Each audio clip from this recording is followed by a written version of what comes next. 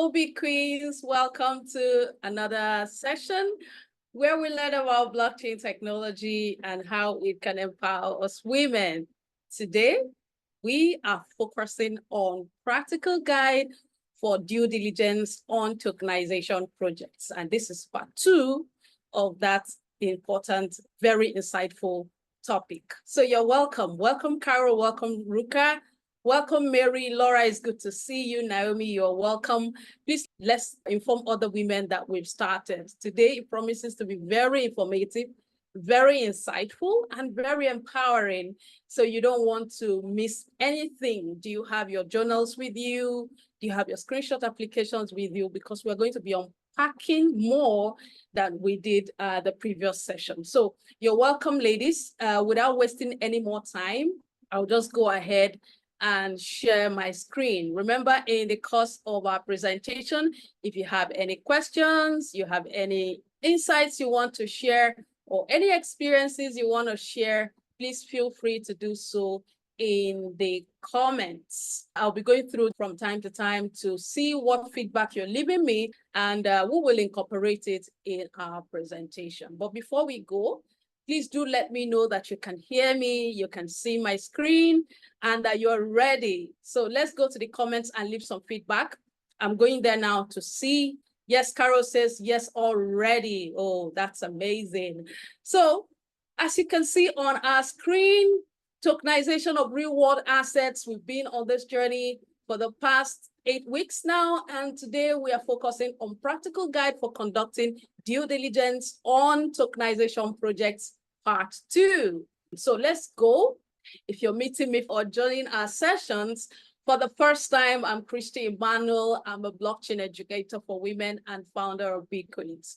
So 7 years ago, I started my journey into the blockchain space. And about 3 to 4 years later, I knew it was time for me to begin to share all that I've learned with other women, because I had my challenges when I first started.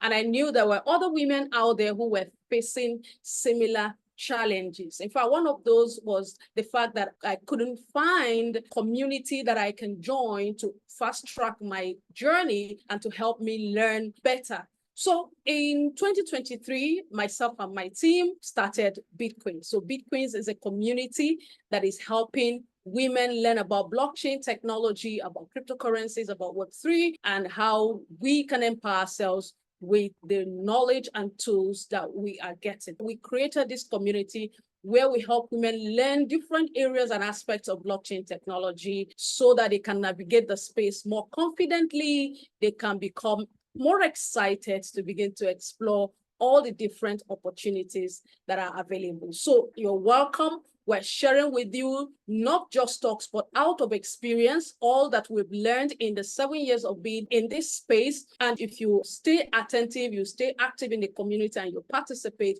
you will learn a lot from our experience, not just me, but other women who are also very experienced in this journey, who from time to time share their own experiences with us. You will really learn a lot, and it will help your journey become easier. And of course, you would avoid pitfalls that some of us had to face when we started our journeys. And if you're not already in our exclusive community, please leave us a message in the chat and we'll give you all the information that you need. So you are welcome once again to BitQueens. So today, like I said, we are going to be looking at the due diligence checklist for conducting investigation on any tokenization project. We started this conversation last Sunday, and this is the concluding part. And so you want to get yourself ready, get your journals, get your screenshot application, anything that allows you to capture your thoughts, and feel free to ask whatever questions that cross your mind. They will all be responded to before the end of our session. And at the end, we are going to interact as usual. So 2020 was a very significant year for me in my journey. I started around 2018, and by 2020, I was actually making one of the biggest decisions in my life. At this point, I was going beyond just holding cryptocurrencies. I wanted to see what other opportunities lie within the blockchain space. So I opted to look out for more investment opportunities. So I found myself in the midst of a research team. So what they do basically is to look out for businesses and investments that are on the blockchain. And when they find anyone, they first of all test it, they analyze it, they research it, and even test it with their own resources, before they share with their clients or, the general public or friends, as it were. So I had the opportunity of being in this research mastermind, and that started my journey into the investment space in the blockchain ecosystem, right? So it was not just about buying cryptocurrencies and holding. I wanted to see the different opportunities that are available. And we stumbled on one blockchain project, and we started our due diligence. We researched it, myself and the team of Mastermind, and we came back with 60% positive. So we asked ourselves, what happens to the 40%? Well, we figured that there were certain things that we would not even learn of unless we were on the inside. And so we decided to hop in with the 60% that came back positive for us. And as soon as we got in, we were able to learn more, and we ticked additional 20%, making 80%. And at this point, we felt that we've hit the gold mines, and this is where it's going to be for us in the coming years. We were not thinking of leaving the project or looking sideways, because in our own understanding, we had found what we are looking for. And for somebody to have 80%, even if you were, in the university, that's the high score and pass mark. So we were comfortable with that. But guess what? There was something that we did not think it was enough to stand in the way, because we felt every other box was checked. And about 2 years down the line, when we were not expecting anything to happen, it came hitting hard. And guess what? It was the legal and the regulatory part of this business. It wasn't that the business itself was not registered, it was because it had not finalized all legal and regulatory compliance that was needed for the business to run. And so, like a flashing light, just within months, all that we've built, all our hopes were dashed, simply because we did not think that this aspect was serious enough to bring down all the progress that we've made. Fortunately, the company had integrity. The team behind it were honest about the challenges they were having, and of course had discussed this issue a few times with the top leaders, but thought it was something they could contain within the leaders, and felt that working behind the scenes will help them combat this challenge. And so apparently that did not go as planned, and the business eventually had to close. But why I say the team had integrity was the fact that they took note of all our investments. They knew what everybody invested, and so they were kind enough to give us at least 50% of what we had invested. Some received 50%, some received 60%. I received thereabout of what I had invested, and that was how that business came to a close. Well, to a halt, as they told us, because they said they were going to go back and put their house in order, get the legal papers done, get everything in place, and then come back. In fact, they told us it would take about 18 months to clean up the challenges they were having, and they were looking forward to creating new products and coming out stronger. And if we were not already participating in any projects by the time they're back, they were surely going to give us offers that will be worth our time and effort and everything that we potentially have lost while with them. So that's the story. I mean, you hear these types of stories every here and there from time to time. Sometimes it ends very badly. People lose their money, people lose their funds, they lose their investments, they lose everything. In my own case, it was a bit different, but there are other people whose stories I've also heard, who, for the sake of legal and regulatory compliance, have lost everything. Sometimes these companies are not even registered. They do not have intentions of doing so, and they just set up to take funds from unsuspecting investors, and they disappear into the thin air. So you can see from what I have just narrated that the legal aspect of any business is very important.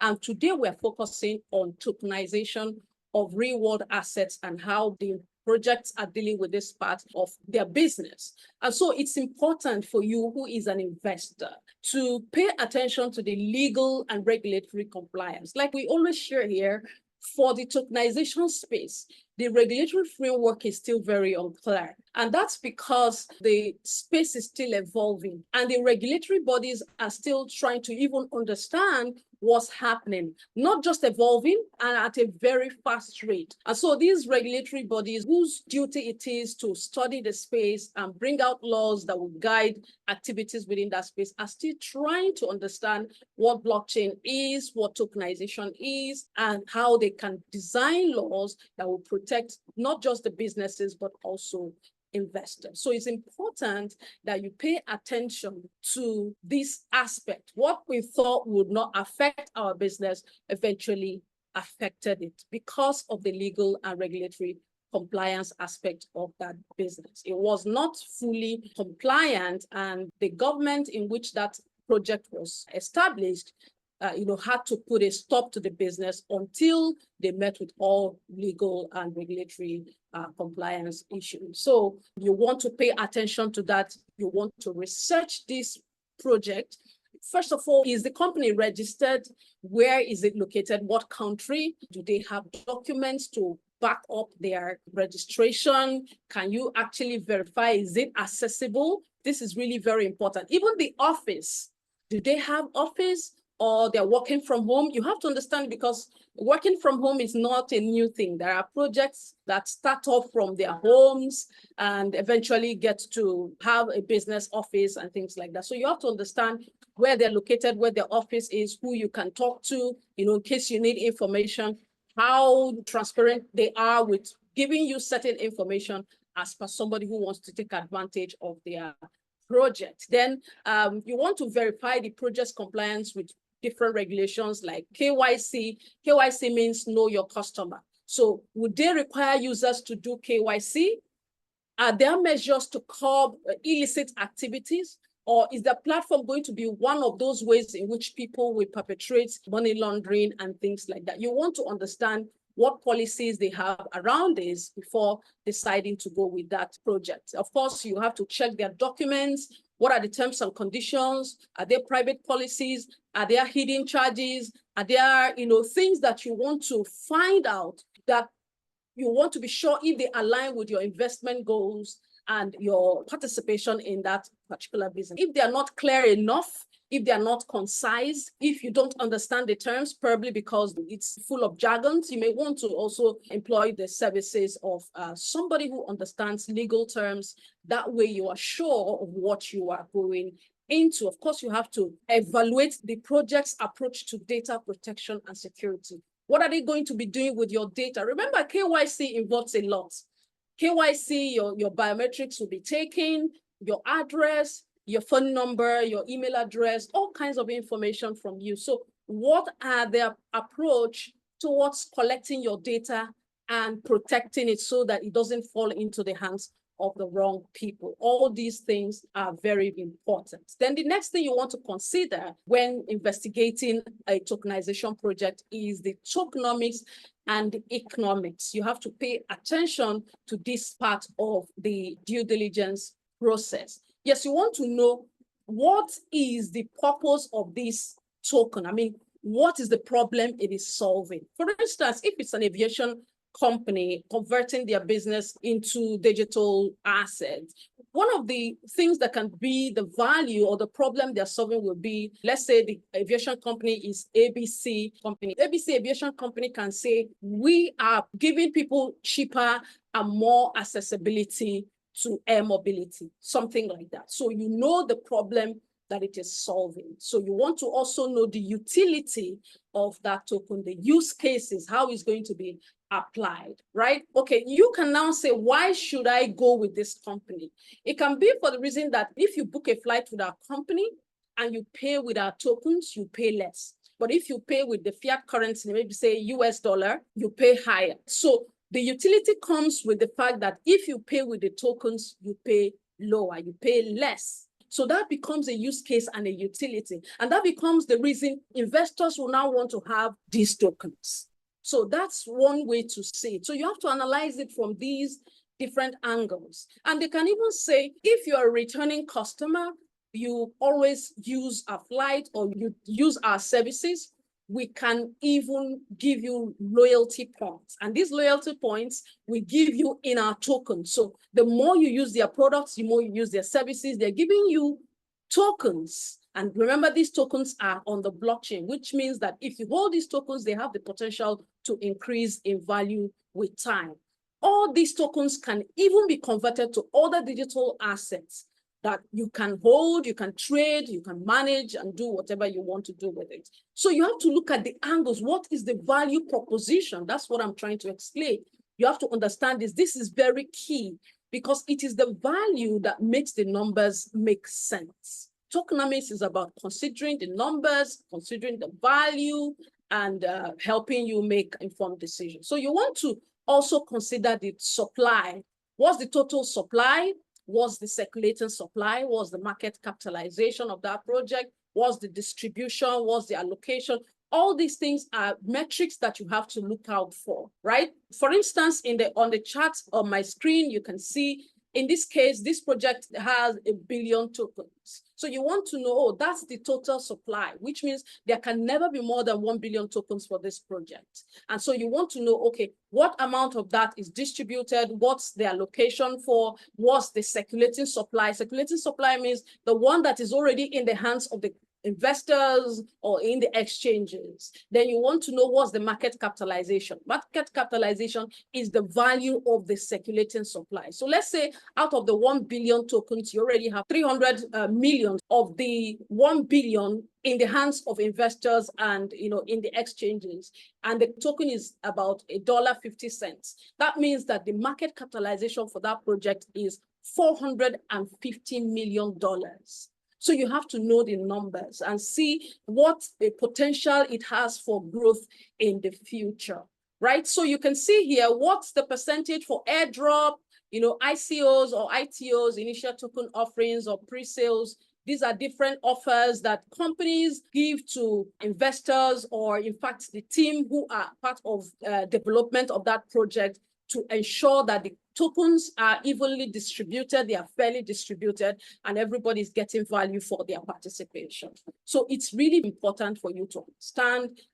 If you've not heard of airdrop before, airdrop is more like a market strategy where newly launched tokens are given to communities. They are dropped into the wallets of community members, sometimes for free, and most times not entirely free. You have to perform some tasks. For instance, they might want you to go and like their official Twitter handle, for instance. They might want you to tweet about their project or retweet tweets that they've made or follow the team or do one thing or the other, or even have a certain amount of the tokens already before they can give you free tokens. So for instance, they can say, if you have up to 1,000 of our tokens, we can give you additional 200 tokens. So that becomes airdrop. That additional is something given to you because you have to perform a task. So you have to consider what portion is for airdrop, what portion is for the team and the development, what portion has been given for pre-sale. Pre-sale is getting in on a project when the project is still in its infancy stage, it's still early, when most people will not believe in the project. That's when that pre-sale happens. So those who believe in the project, those who like to get in on value in good time, usually take advantage of the juicy offers that these projects have at the time of their pre-sale. So all these are things you want to consider. What amount is earmarked for going into staking? What quantity will be used to pay as staking rewards? All these will tell you so much about that project, whether the numbers make sense and whether it also makes sense for you to hopping. Then you have to check for clear and transparent tokenomics model. What consensus mechanism are they using? How would they regularly release the tokens? Is it going to be every day? Is it going to be every 3 months? That's every quarter. What's the model basically? And how does that make sense? How does that benefit you, the user? And how does that benefit the ecosystem, as it were? Now, you have to also verify if the tokens are listed already or not.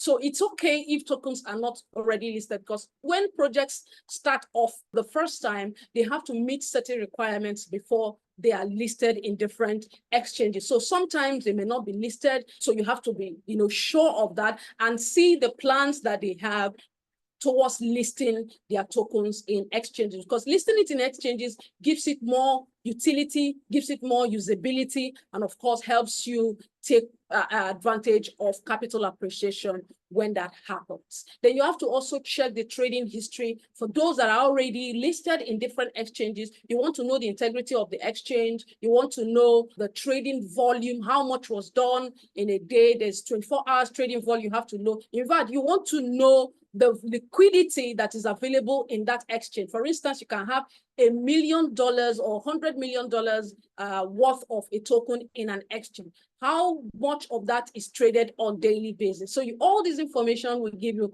insights on that project, and it will help you make informed decisions. So the next would be for you to conduct your market analysis. This is really fundamental, because this is when you go into details about the market potentials for that business. Who are the target audience? Who are they looking for? Are they looking for investors that can afford $1,000 and above, or is open to retail investors? Even if you have $100, you can be part of what they're doing. You also want to know what's the demand for that particular project. If it's in real estate, of course, we know that real estate is a human demand. Is it aviation? People are always traveling. So understanding the potential demand for the project will help you make informed decision, because you know that if they keep to their own side of the bargain, the project will do well in the long run. So you want to consider all that. You also want to know what key competitors they have.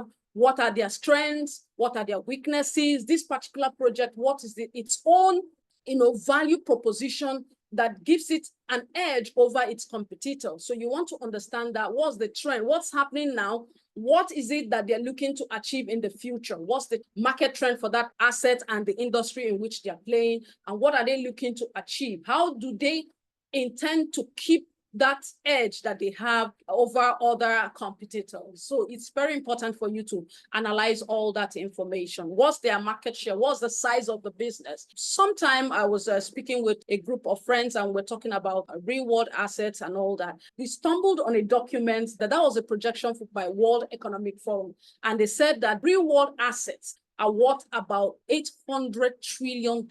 And that by 2027, about 24 trillion of that would have been onboarded on the blockchain. So now we can see that there's a lot of value in real world assets, different real world assets, as it were: real estate, aviation, carbon credits, precious metals, manufacturing, energy, intellectual property, movies, entertainment, all these things. So you want to know, in the area where this project is playing, what's the market share? What's the potential for growth? What new innovations can come into that space in the coming years and decades that will expand the growth? And how does that translate to value for you? Because you are putting down your money, participating in a project, and for investors, they are always looking to at least make return on their investment, and of course, have the opportunity to learn and broaden their worldview. So you want to consider all these things, verify the analysis that they've done, their market research. Of course, no business will go into the market without doing their own research.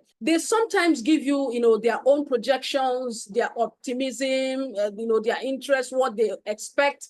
But you have to also verify those information. Yes, you have to be sure that what they are saying is actually reality and not just based on hype. Then you also have to look for user acquisition. What partnerships are they having? What is the potential for these partnerships with this project? Because partnership comes when there is validation. When people see value in what you're doing, they might say, oh, let's collaborate, let's partner, let's expand the markets and all that. So you want to see the market validation and traction that these projects have. Very important, because This also takes care of the economic side of the investment or project that you're going into. Now, let's look at financials.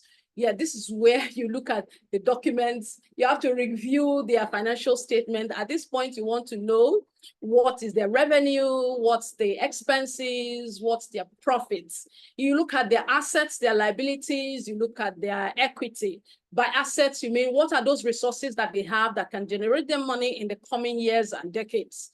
What type of assets are they? Are they even cash flowing assets? You have to consider. Then their liabilities, you have to check. Did they take loan to kickstart the project? What's the interest rates that they have to pay? Do they have taxes to pay? Their business office, how much is the rent? The developers, how much are they supposed to be paid? What's the arrangement and all that? So anything that makes them spend money, as it were, is liability, right? In fact, the loans that they have to pay every month, if they are to pay back the interest or the loans, is also liability. So you have to consider the assets, consider the liabilities, then consider the equity. Equity is what is left from the assets after they've taken out all their liabilities, and see if the numbers make sense, right? If the liabilities are overwhelming the assets, then it might not be economically viable or financially intelligent to take advantage. So you want to see the numbers. And the thing is, sometimes this information might not be readily available on their sites. So you may have to make a request, maybe writing them a mail, requesting some of these, or go through a body that will, give it weight so that they can respond quickly to your inquiries. You also have to evaluate their revenue models. How are they making money? What are the sources of income they have? Is it only from the investors? Are they only just focusing on getting the revenue or their income from the investors? You have to also find out. Do they have other businesses that they're using to support this, tokenization project they're going into? Do they have partners? Are they venture capitalists? Do they have institutional investors?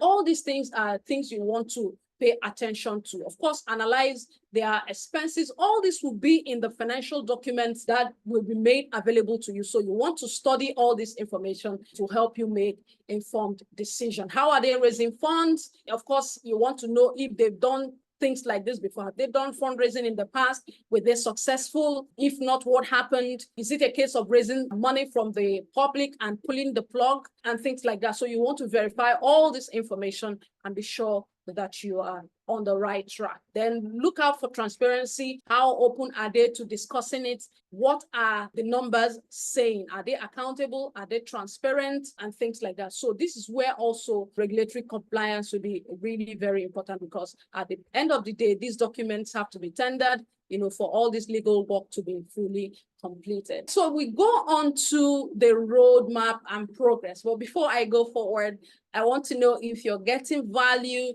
if you're learning. Please go to the comments and tell me one thing we've listed so far in the course of discussing this due diligence checklist on tokenization projects. So I'll go to the comments. I want to be sure that you are paying attention and you're getting value for your time before we proceed with the rest of the conversation. Yes, Carol says the importance of understanding their financials. Yes, it's key. You want to even know if they have track record. Have they done tokenization projects in the past? Were they successful with it? Is this an extension or continuation of their previous projects? You want to know all that. Thank you, Carol, for your feedback. And I'll be waiting for your responses, other ladies in the house. It's important for us to know that we're paying attention, because this is very key. If you get the due diligence right, you're most definitely going to get your investment right. Yes, at least to a large extent. Sharon says, yes, I'm getting great value. Your instructions are amazingly clear. Thank you so much. All right, thank you so much for your feedback. So let's continue. Next will be the roadmap and progress. You want to know the plans they have. You want to know the long-term and the short-term progress that they have. What have they done? What are they yet to do? Is it clearly stated out in their website? Because yes, you can go to the website and see their roadmap. You can tell where they are at every point in time. So that shows some level of transparency. Hey, this is what we're doing. This is where we are. And this is what we hope to achieve. You want to also know, are they hitting the milestones? Right? If they say Q1 2024, this is what we're going to achieve. Are they there already? If not, what happened? what is the next timeline or next date when they hope to achieve that. Because let's face it, building tokenization projects, building projects on the blockchain, as it were, is no easy feat. Sometimes you can set dates and not hit it. I still remember when we started hearing of Ethereum 2.0, that is the second version of the Ethereum blockchain. In case you're hearing that for the first time, Ethereum is the second largest blockchain cryptocurrency project. And so at first, when it was built on proof of work, and it had a lot of challenges. The transactions were not so fast. It couldn't process a lot of transactions per second. Up till now, it's still doing about 30 transactions per second. The gas fees are usually high. That's the blockchain fee you have to pay. Sometimes they are crazily high and things like that. So the developers came together and said, oh, let's build something better. Let's increase the scalability for the Ethereum blockchain. There were deadlines upon deadlines upon deadlines. Up till now, it has not been fully met. But guess what? Ethereum is a very legit project. And that's just to show you how these things work. They are not cast in stone, but at least if they're transparent enough about where they're headed with their project, then it allows you to make informed decisions. What challenges are they facing? Are they even transparent enough to share information on the challenges they are facing, the setbacks they're experiencing, and what they're doing to, mitigate that? Then you also have to verify their commitments to keeping to their roadmap, because as much as we know that there are challenges, the onus is on them to keep to their word. So you want to know if they are committed, how they are communicating, the process, the behind the scenes, and all that. You have to have all that information. I'm sure that will give you enough confidence to take the next step. Of course, look for their updates and transparency and everything that brings all their projects to limelight. You have to look at all of those in the course of checking the progress that they're making and their timelines for developmental increase in their project. Then you look at the technical development. The technical part here means the blockchain infrastructure on which the tokenization project is built. You want to know, how are they innovating in this area? Is the blockchain interoperable? By interoperable, I mean, is it able to communicate with other blockchains? Right? Is it possible for you to transfer an asset that you purchased from one ecosystem to another ecosystem without having to lose your digital assets, without having to pay a lot of charges, without having to have delays in receiving your digital assets in the other platform? So all these things are things you want to know. How far are they going with their innovation? How are they disrupting the marketplace? Because at the end of the day, we're looking at innovation, we're looking at disruption, we're expecting investors to also get rewards for their participation. Their codes that they use in building their infrastructure, is it open? Do they have repositories where you can check? Example is GitHub, so that those who do due diligence to this point can actually have access and check models, and things like that. And then, of course, you have to verify their progress, the updates they're making. Like I've said, when was the last time they updated their infrastructure? When was the last time they made changes? When was the last time they expanded the technical part? In fact, the technical team, when was the last time they discussed the progress of the project? So all these things are really very important when it comes to researching projects that you want to take advantage of, especially in the tokenization space. Who are their technical partners? Because sometimes these tokenization projects may not have all the infrastructure to execute on a project. So sometimes they have to collaborate with other projects. So who are their technical partners? What are they doing together? What innovation is coming out of their partnerships? All this information will help you make informed decisions. The next will be for you to perform risks assessment. There is no business that has no risk. Anybody telling you that this business has no risk or that business has no risk is not being honest with you. Every business, including the ones on the blockchain, have their own risks. But you have to analyze the risks for yourself. What level of risk are you open to? Is it low risk opportunities, or you're open to high risk investments? It depends on your appetite. You want to understand that and see what aligns with your investment goal. So you want to identify the potential risks in the project, right? What's the operational risk for the project? What's the strategic risk? What's the financial risk on their own part? You, who is the investor, what's the risk on your own side? We've mentioned some of the risks that women can face when taking advantage of tokenization projects. We have risks like regulatory uncertainty, cyber attacks, market volatility. So you have to analyze these risks. What's your own strategy for mitigating them, right? Are you going to be putting all your eggs in one basket, or you're going to diversify? Are you going to choose projects that align with your interests? Are you going to be investing as much as you are able to lose without having any issues? So all these are strategies you want to define for yourself, which works for you so that you can make informed decision, right? Also for the company, what's their mitigation plan when certain things happen? For instance, if there's a cyber attack, or if the project for one reason or the other stalls, what will they do to compensate the investors? All these are things you have to also pay attention to. Do they have emergency funds? Like I shared with you earlier at the beginning, we were able to get up to 60% of their funds back. So you want to know what the plans are when certain issues arise. And for us to have gotten that amount, I feel like it's even better than not getting anything at all. So you want to consider all that information. Then, do they have insurance coverage for you? You have to learn all this, especially when checking the legal aspect of the tokenization project. So all these are areas you want to consider. Basically, checking the risks that are involved and see if it is doable for you, if it aligns with your investment goals, and if it's something you want to really go into. Of course, look for their transparency. Are they telling you these are the risks that you can potentially be exposed to? You know, some projects might not really be open. So you want to find out if they're telling you the risks that are involved in what you're going into. That will give you more confidence to take the next step. So the last thing you want to do on our checklist, remember this checklist is not exhaustive, but this will help you get started in your tokenization journey. So the last will be using due diligence tools. You don't just have to believe, you have to verify.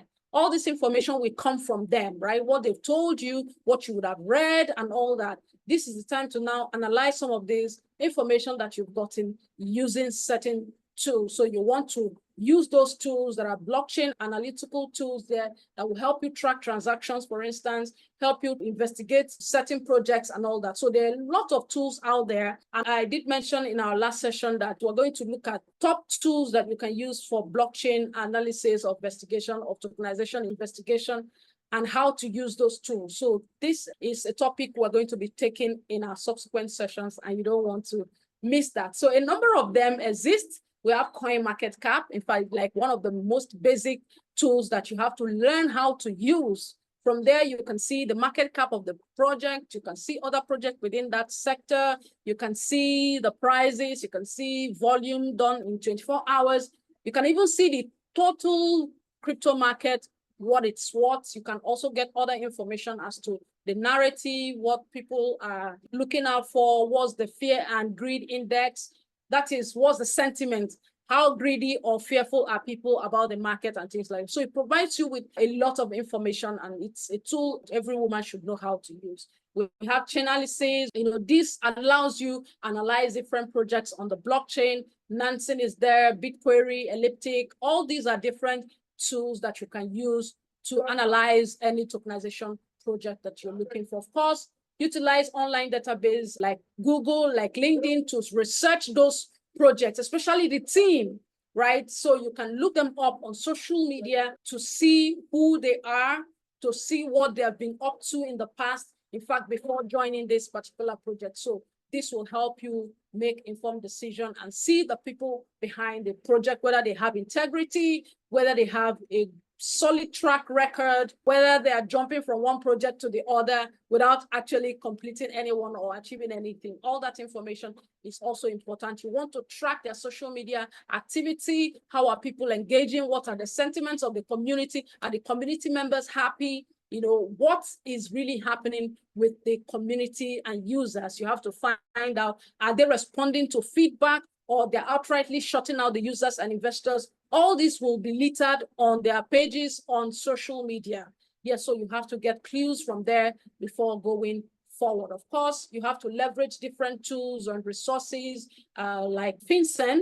FinCEN is Financial Crime Enforcement Network. It's the United States arm of the Department of Treasury. So what they do is to gather information, gather data about different financial activities, and of course, see how they can curb money laundering and financial crimes, as it were. So those tools and sites, you can actually get information there. Go there and see, are there complaints against them, local laws and regulations against these projects. So all this information will be made available when you dig deep. Remember, you don't have to do this alone. You can employ the services of people who understand how these things work and can interpret them. Any investment you make in terms of doing your own due diligence is worth it in gold. So you don't want to stall on this. You don't want to say, no, I don't want to pay, to engage services. Let me just do it on my own. Where you actually need help, please seek help. Yeah, that's it. Consult experts and seek help where needed. So on that note, we come to the end of this amazing topic. I really love this. I must tell you why we were preparing this.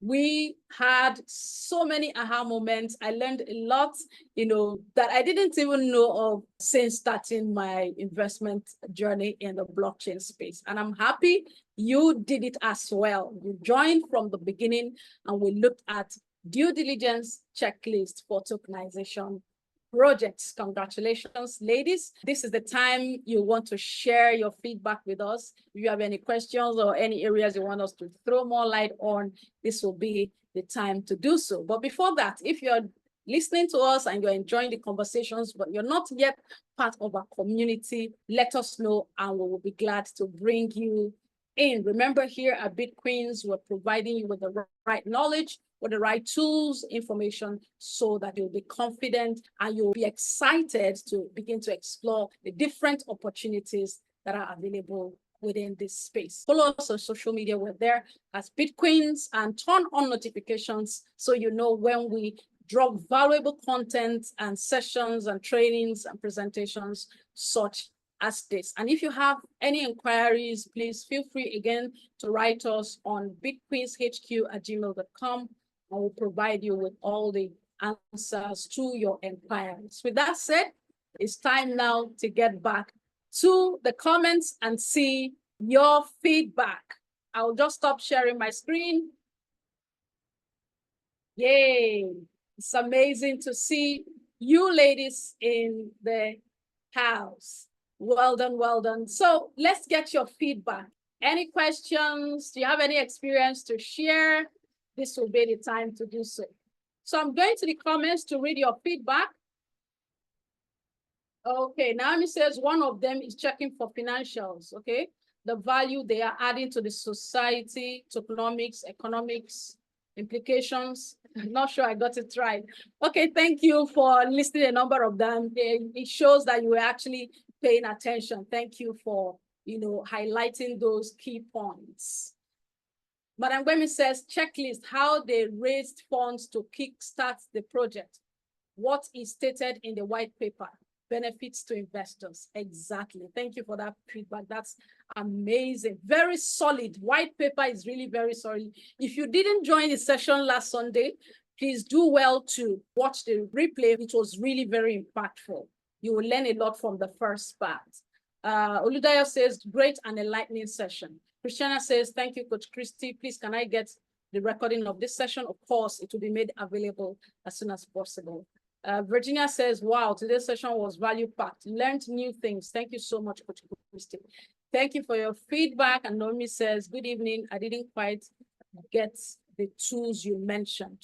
Okay, the tools will help you do your own due diligence, confirm some of the information you're going to be finding from the website, from the white paper, or from their social media handles, or what they're saying. So we have a number of them. We're going to, have a session on that subsequently, where we'll analyze different tools and show you how to even use them. So CoinMarketCap is there. CoinGecko is one of them. Chainalysis is one of them. Nansen is one of them. BitQuery. All this will help you do not just tokenization projects, but even cryptocurrency projects, any kind of cryptocurrency projects. So they are useful tools. Some of them are premium tools. Some are also for free. So you can actually use them and do your inquiries. Mary says, I really had a wonderful learning experience here. Thank you a bunch, Coach Christy. Thank you for your feedback, Mary. Naomi, I hope that answers your question. And if not, please, you can ask a follow-up question. So who wants to share? Does anybody have any experience to share? You want to contribute to the conversation? The floor is yours. Sharon says, you are amazingly knowledgeable, Christy. How will we know if the fees are reasonable? Okay, you mean the fees, is it for the tools? Please, can you clarify that? By the way, thank you for your kind words. Sharon, let me know. You mean fees for the tools or fees for what, please? If it's for the tools, some of them are reasonable, right? Some can pay monthly or you can pay, yearly. It just depends on what you're actually looking for. So you can actually choose what is doable for you. And there are even third-party organizations that do due diligence on projects. So you can also involve their services. You said the blockchain fees. Okay, blockchain fees will depend on the blockchain you are using. Most blockchains are working towards bringing down their fees so that transactions cost less and less. It will be better than using the traditional means of transacting or sending money across. It's just that the challenge we're having with the Ethereum blockchain, which is one of the blockchains with the highest fees, is the fact that it costs a lot. And so they're working behind the scenes to make it more scalable. Scalable means it can take much more transactions and process those transactions effectively and at a lower cost. And that is really important. Yes, I like that point because you have to find out if the blockchain on which that tokenization project is being built offers low fees in terms of charges. So that's an important point to consider. Thank you, Sharon, for bringing that up. Yes. Yes, thank you. I see your feedback. Thank you. Any more questions or contributions? Oh, okay, that's nice. Remember, you can ask your questions even after this session. Maybe you may need to watch this again, and then you'll digest everything that we've said, and then you can have questions. Please feel free to ask them in our community, and we'll continue our conversations there. But I want to say thank you, everyone who made it to our session today. It was such a fantastic time here learning how to navigate the tokenization space confidently and, of course, excitedly. Yeah, so in our coming session, we're going to look at tools that will help us analyze some of this information that we're going to be finding when doing our due diligence. So you don't want to miss the coming session. We're going to do a live demonstration how to use, maybe we'll pick one of the tools and show you how to use it, right? So it will be important for you to be in the meeting. And of course, go back to the community and share a thing or two that we learned. That way it will encourage other women to be part of the session coming Sunday.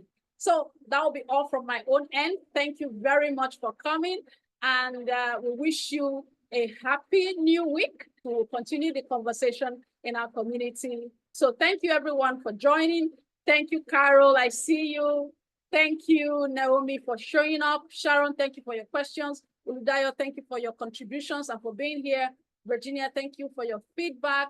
Mary, your questions were insightful. Christiana, it was good to have you. Madam Gbemi, thank you for highlighting the main points of our conversation on the checklist for doing due diligence. Thank you so much, everyone who participated. We'll be back again next Sunday, 8 p.m. West African time, 7 p.m. GMT. Until we come your way again, bye for now. I'm Christy Emmanuel. See you next Sunday. Bye, everyone. Bye-bye.